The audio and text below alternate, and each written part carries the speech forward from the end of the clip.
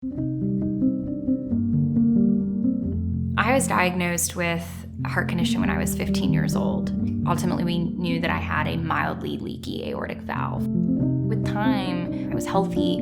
I could live an active, normal life. I was able to pick back up and pursue my career.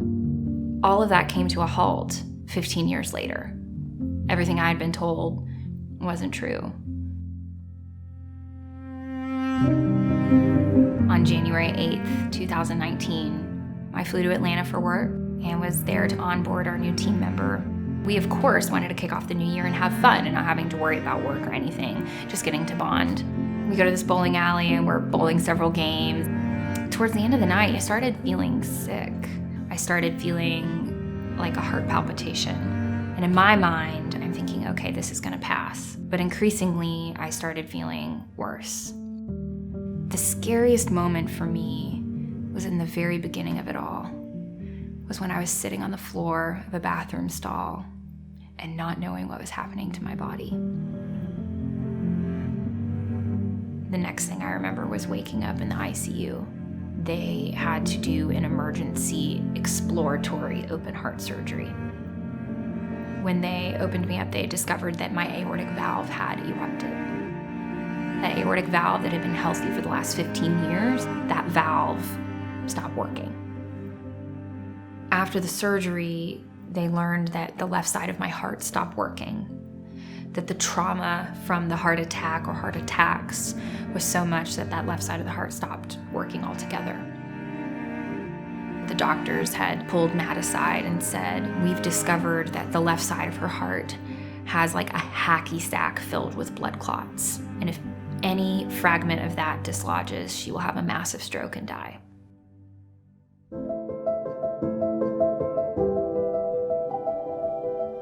I was hooked up to so many machines, and of course when you're in that state post-op, they have you on a lot of heavy sedation and medication to help your body heal.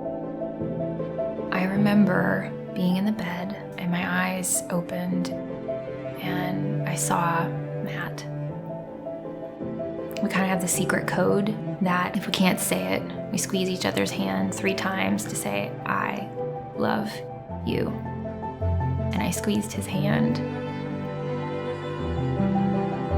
I was discharged on February 13th, 2019, and to feel safe, to feel cared for, and to feel loved by the people that were treating me is a gift that I can't even begin to describe.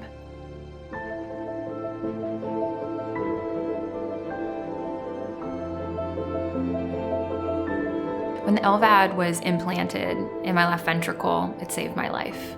After my first echocardiogram with my LVAD, we went to the exam room, and my cardiologist said, your heart is recovering.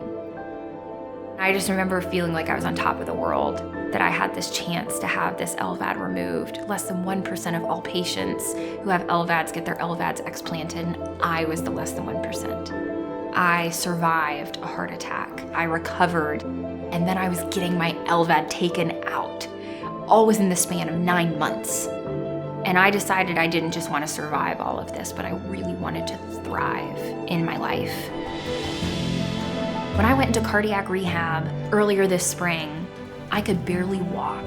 Just this week, I was running. I was using my heart to its fullest capabilities. And so after I got my LVAD out, the doctors told me, your heart right now is functioning the best that it's ever been in your entire life.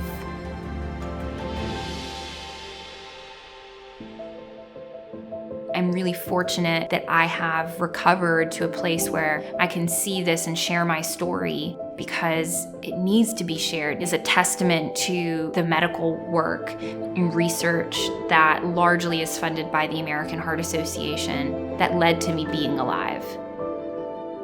From 15 to almost 30, I lived with the assumption I would never need an open heart surgery. And then this year I had 3 of them. I don't let my heart condition or heart story limit me. In fact, it just empowers me. My surgeon, when I checked in with him recently, I said to him, so what's next? What's next? He said, go live your life. And that's exactly what I plan on doing.